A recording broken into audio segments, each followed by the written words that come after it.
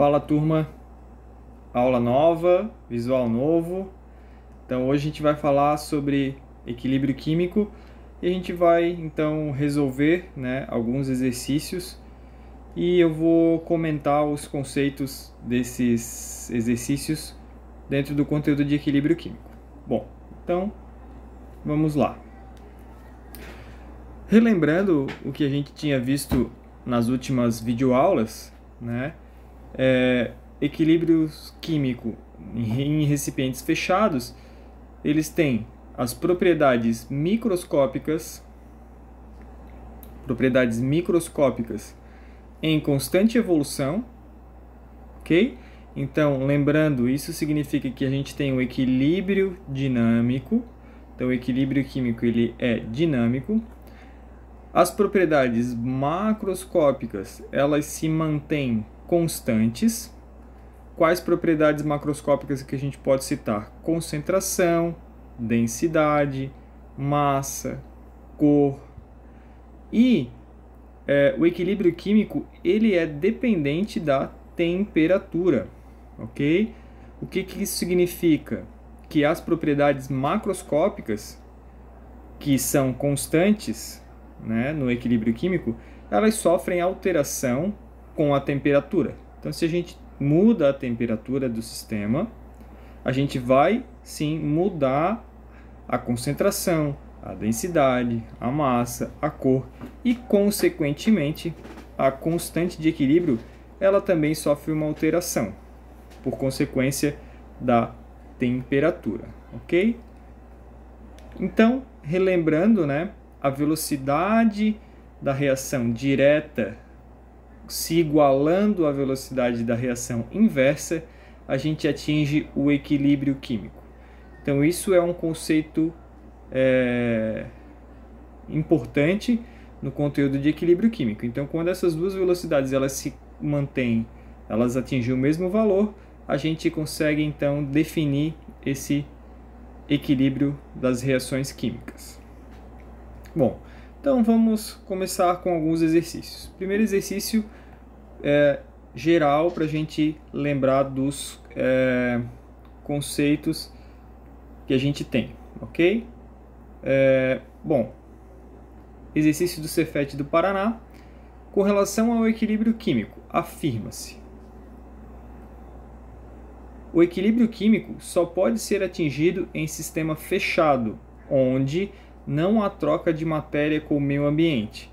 É verdade, Então, o equilíbrio químico ele só existe em ambientes fechados. Se a gente tiver um ambiente que não for fechado, a gente não vai conseguir ter esse equilíbrio, porque vai ter troca de matéria e daí as propriedades macroscópicas não se manterão constantes. Então, aqui a gente tem uma alternativa verdadeira. Segunda, num equilíbrio químico, as propriedades macroscópicas do sistema, como concentração, densidade, massa e cor, permanecem constantes, mais uma alternativa verdadeira.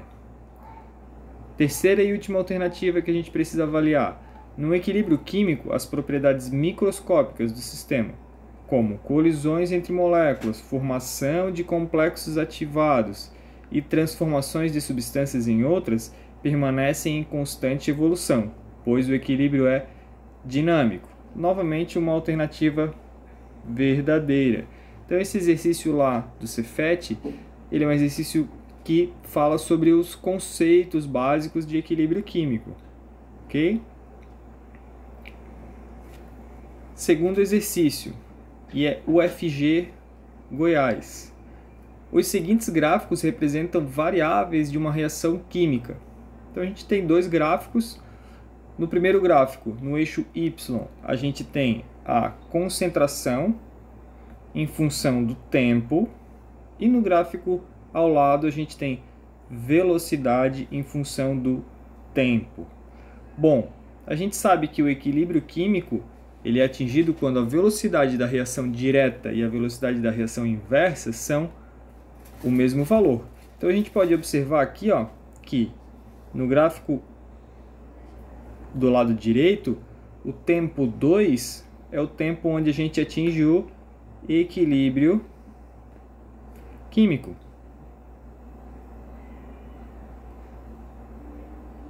Pois as duas velocidades, né, elas estão no mesmo valor.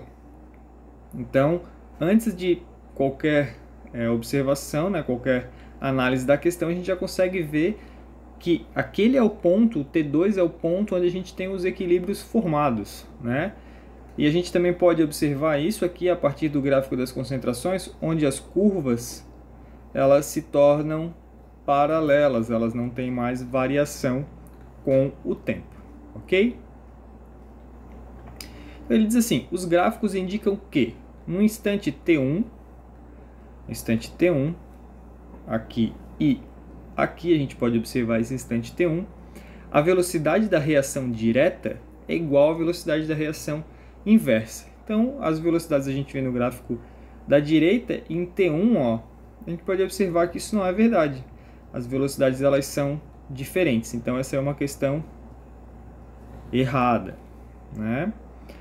Questão B. Após T2, não ocorre reação. T2 aqui, a gente atingiu o equilíbrio químico. Isso significa que não ocorre mais reação? Mas a gente não falou que o equilíbrio químico é dinâmico e que as reações elas estão em constante evolução? Tanto na reação direta quanto na inversa? Então, essa é uma alternativa falsa também. Ok? No instante T1,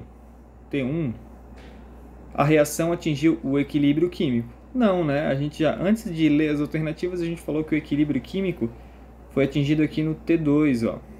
Né? Então, errado também. A curva 4 corresponde à velocidade da reação inversa. Bom, vamos observar, né? Então, a velocidade, as curvas 3 e 4 relacionam a velocidade, né? Então, a curva 3, a velocidade começa bem alta e vai diminuindo com o passar do tempo. E a curva 4, a velocidade começa lá no zero e depois ela vai crescendo. Bom, como que a gente pode avaliar isso, né? O que significa isso? Significa que a curva 3 tinha bastante coisa, bastante elemento químico, moléculas, e elas começaram a se chocar e a velocidade era bem alta, a velocidade dessas reações. E na curva 4 não tinha nada de molécula, por isso que a velocidade é zero. Então, o que a gente pode avaliar? Que sim, que a curva 3 ela representa a velocidade da reação direta. E a curva 4 ela representa a velocidade da reação inversa. Então, sim, a curva 4 ela corresponde à velocidade da reação inversa. Questão verdadeira aqui, ó, letra D. Ok? Vamos avaliar a E só para confirmar, né, essa afirmação nossa. No ponto de intersecção das curvas 3 e 4, gráfico da direita, a concentração de produtos é igual à concentração de reagentes. Bom, como que a gente avalia isso? A gente tem que avaliar o tempo T2, né, onde as curvas se encontram aqui, ó, com o tempo T2 do gráfico de concentração. O valor das concentrações em T2 é o mesmo na curva 1 e 2? Não, são valores diferentes, né? Não necessariamente a concentração dos reagentes e produtos tem que ser o mesmo no equilíbrio químico. Então, essa também é uma alternativa errada. Ok? Então, vamos para o próximo. Escreva as expressões matemáticas da constante Kc dos seguintes equilíbrios químicos em fase gasosa. Bom, vamos lá. Então, a gente tem que, a partir dessas equações químicas, montar a constante de equilíbrio. Como a gente já tinha visto nas últimas aulas. Uma coisa importante que a gente tem que avaliar sempre é o balanceamento das equações. Então, a primeira coisa que a gente tem que avaliar é o balanceamento. Então, na alternativa A, o que a gente pode observar? Que temos 2 átomos de nitrogênio e 4 de oxigênio. E aqui, o que a gente pode observar? Esse 2 significa que está multiplicando 2 moléculas de NO2. Então, nesse caso, a gente vai ter 2 nitrogênios e 4 oxigênios, coincidindo então com a quantidade de átomos de reagente. Então, a alternativa A, a gente pode afirmar que ela está, sim, balanceada. Então, esse exercício, essa atividade, todas as alternativas elas já se encontram balanceadas, ok?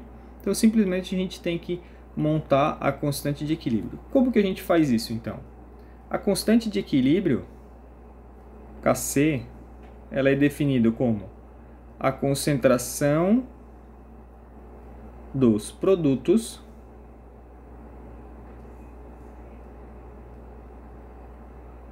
elevados aos coeficientes estequiométricos dividido pela concentração dos reagentes,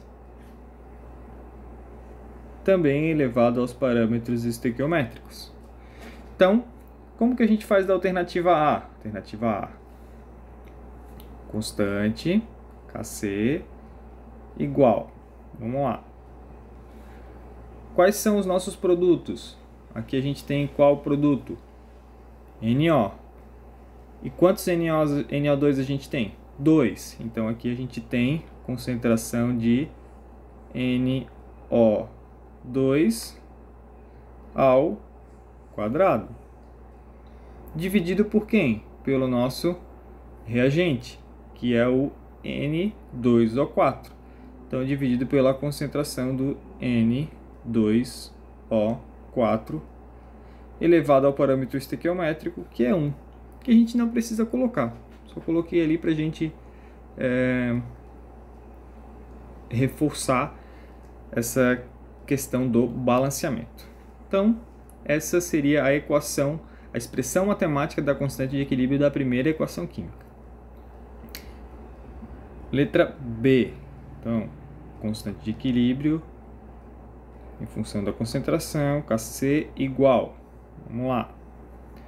Produto, CO2. Então, concentração de CO2 ao quadrado, porque a gente tem o parâmetro estequiométrico, dividido pelos reagentes. Então, vamos lá. Concentração de CO elevado ao quadrado vezes a concentração de O2 elevado à primeira potência. Então, quando nós temos mais de um reagente ou mais de um produto, a gente multiplica esses componentes, ok? Vamos para a letra C. Kc igual concentração de HI ao quadrado dividido pela concentração de H2 na primeira potência vezes a concentração de I2 na primeira potência. Letra D. Constante igual a concentração de N2 na terceira potência vezes a concentração de H2O na quarta potência dividido pela concentração de N2H4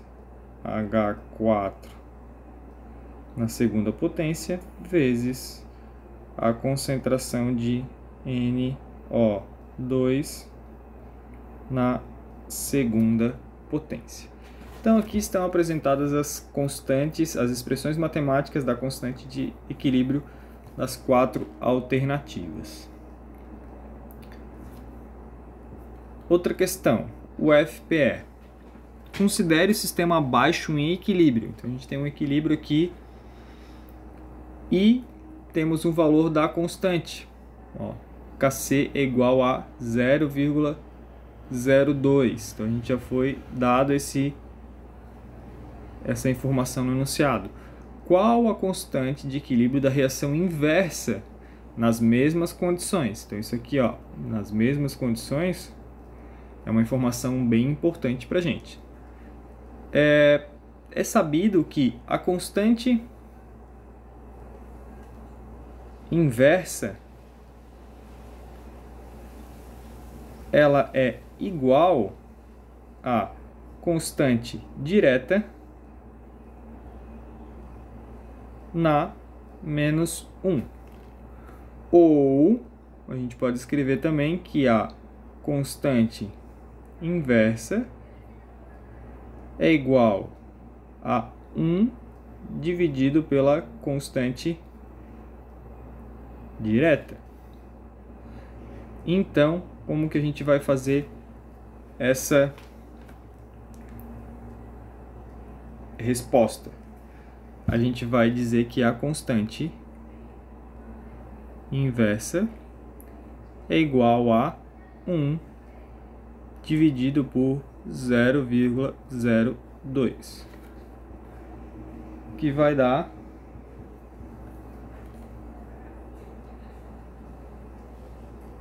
igual a 50, ok? Então, a constante inversa é igual a 1 sobre a constante direta, ok? Vamos para o próximo exercício. Mackenzie, São Paulo. Assim, para a reação, uma reação genérica AB em equilíbrio com 2CD.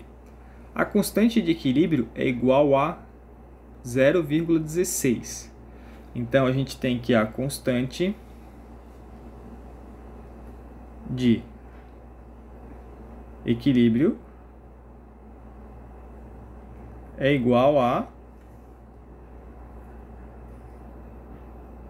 0,16.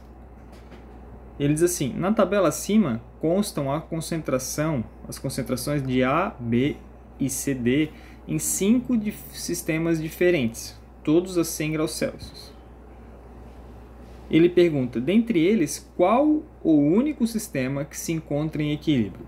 Como que a gente avalia o equilíbrio químico das reações? Como que a gente pode avaliar isso dali? A gente avalia a partir do quociente de equilíbrio, né? Então, o quociente de equilíbrio, ele é definido também como a concentração dos produtos elevado ao parâmetro estequiométrico dividido pela concentração dos reagentes dividido pelo parâmetro estequiométrico. O equilíbrio ele é atingido. O equilíbrio é atingido quando o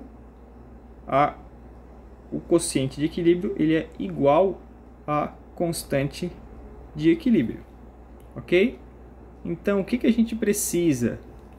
A gente precisa calcular o quociente de equilíbrio para o sistema 1, para o sistema 2, para o sistema 3, 4 e 5.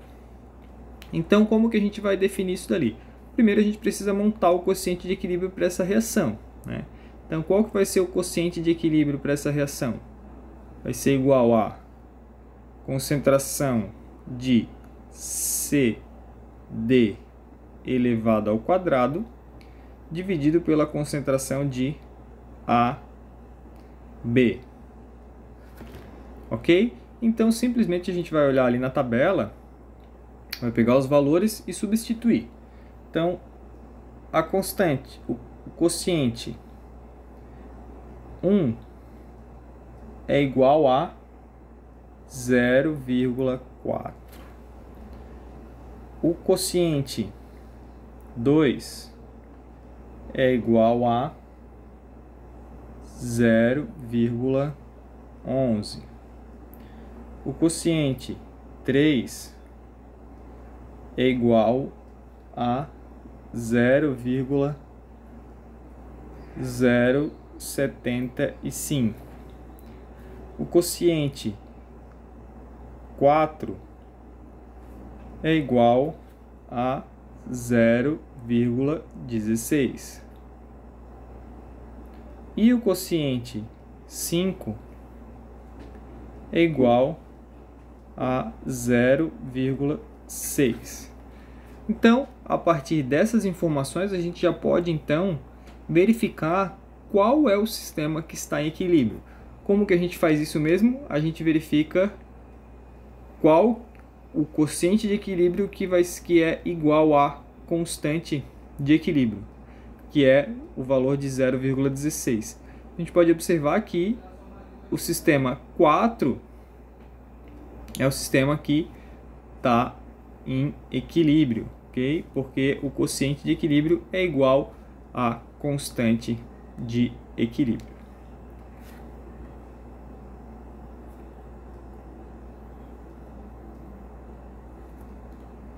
Bom, vamos lá.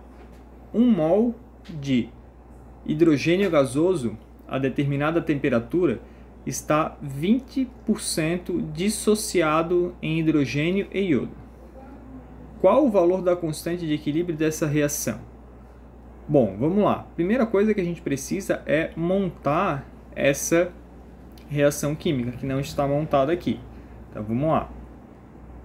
Hidrogênio em equilíbrio com quem? Com hidrogênio e iodo. Então, com H2 gasoso mais I2 gasoso. Ok? Então, a gente precisa lembrar do balanceamento. Ok? E a partir disso a gente pode montar, então, a constante de equilíbrio. Que vai ser o quê?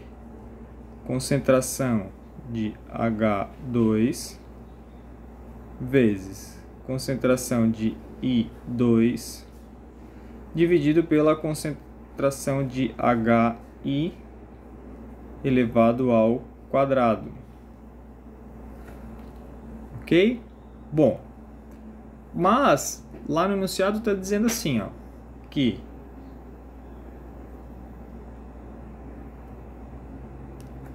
um mol de HI, né, foi adicionado e ele dissociou 20%.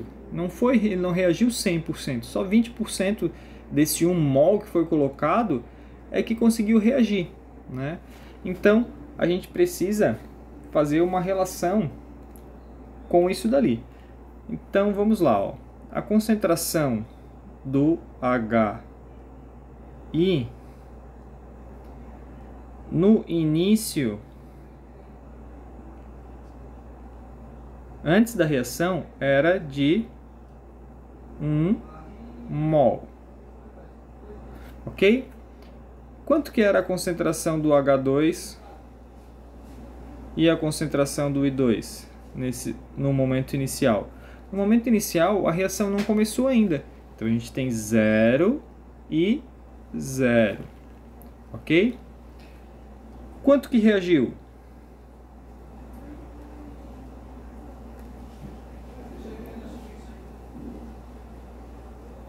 Quanto que reagiu? Reagiu 20%. Ok?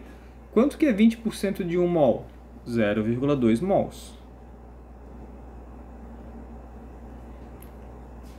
Ok? Só que aqui, ó, a gente pode observar do balanceamento que a cada 2 mols de HI, a gente gera 1 mol de H2 e 1 mol de I2. Então, se reagiu 0,2 mol de I2, quanto que vai ter formado aqui de H2 e de I2. Vai ter que ter formado a metade, né? Porque lá pelo balanceamento. Então aqui a gente tem 0,1 mol e 0,1 mol. Ok? Aqui já é o equilíbrio? Não, aqui foi o quanto que reagiu. E o equilíbrio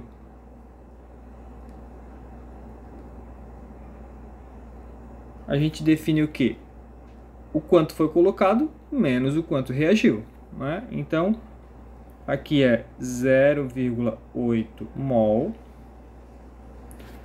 Aqui é 0,1 mol, porque a gente não tinha nada no começo, né? E depois formou 0,1 mol.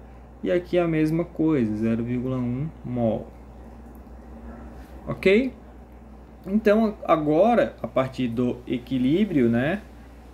Que a gente definiu a partir dos dados do equilíbrio químico, a gente consegue, então, calcular a constante de equilíbrio. Então, a constante de equilíbrio vai ser o quê? Lembrando aqui de cima, ó, que a gente já tinha definido. É a concentração do hidrogênio vezes a concentração do iodo, dividido pela concentração do HI ao quadrado. Então, vamos lá, ó, 0,1 vezes 0,1 dividido por 0,8 ao quadrado. Isso aqui vai dar o valor de 0,015.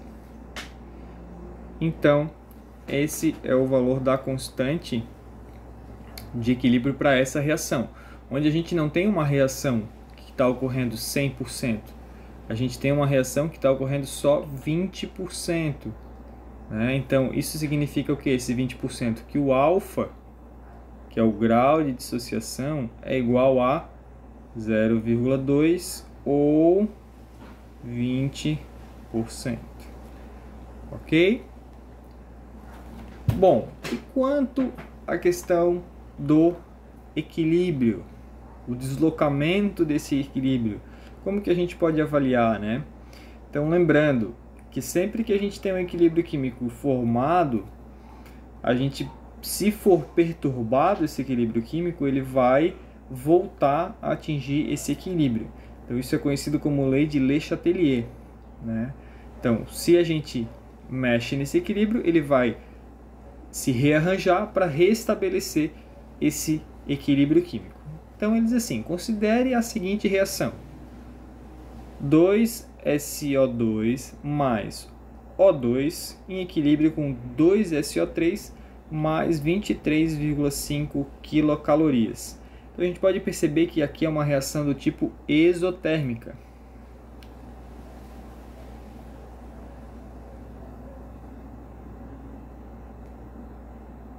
Por quê? Porque a gente está liberando calor, né? O calor ele é produto dessa reação. Para que o equilíbrio possa ser deslocado para a direita, então ele quer que seja deslocado para o lado da direita aqui, ó. Para o lado de quem? Para o lado dos produtos, ok? Podemos. Então, a gente vai colocar verdadeiro ou falso para essas variações aqui em relação ao deslocamento do equilíbrio. Bom, vamos lá para a primeira situação. Se a gente aumentar a pressão do sistema, o que vai acontecer? Bom, lembrando, né, quantos volumes a gente tem aqui como reagente? A gente tem 2 volumes de SO2 e 1 volume de O3. Então aqui nós temos 3 volumes. E como produto, nós temos quantos volumes? 2 volumes do SO3. Não tem mais nenhum produto aqui. Então, quando a gente aumenta a pressão, a gente vai deslocar esse equilíbrio para o lado dos produtos. Por quê? Porque é o lado que tem um menor volume. Né? Então, quando a gente aumenta a pressão, a gente desloca o equilíbrio para o lado do menor volume. Ok? Então, essa primeira alternativa ela é verdadeira. Beleza? segunda informação. Se a gente aumentar a temperatura, o que vai acontecer? Então, aumentar a temperatura significa fornecer mais calor. Então, a gente vai estar adicionando aqui, ó, adicionando calor. Quando a gente adiciona alguma coisa de um lado da reação, a gente desloca a reação no sentido contrário. Então, nesse caso, a gente vai deslocar para o lado esquerdo, para o lado dos reagentes. Então, aumentar a temperatura em reações exotérmicas, dessa forma, vai favorecer o lado esquerdo e não o lado direito, como eu estava solicitando. Então, essa é uma alternativa falsa, ok? Terceira informação, aumentar a concentração do SO2. Então, eu vou aumentar aqui, ó, aumentar a quantidade de SO2. Se eu adiciono SO2, eu desloco o equilíbrio no sentido oposto, que é o sentido da direita, o sentido dos produtos. Então, essa é uma alternativa verdadeira, ok? Se eu reduzir a pressão, então, voltando lá, aqui nós temos 3 volumes como reagente e 2 volumes como produto. Quando eu diminuo a pressão, eu desloco o equilíbrio para o lado que tem um maior volume. Então, eu vou ter o deslocamento para o lado do maior volume, que é o lado da esquerda, o lado dos reagentes. Então, essa é uma alternativa falsa. E, por último, a gente vai ter uma redução da temperatura. Então, se eu diminuir a temperatura, significa que eu estou retirando o calor, né? Eu estou botando o calor, tirando o calor dessa reação. Quando eu retiro alguma coisa de um lado, eu desloco o equilíbrio para esse mesmo lado, ok? Então, eu vou estar deslocando o equilíbrio para o lado direito quando eu diminuo a temperatura desse sistema, que é o que ele quer, que desloque para a direita. Então, essa alternativa é uma alternativa verdadeira, ok? Então, por hoje é isso, ok? E a gente se vê na próxima videoaula.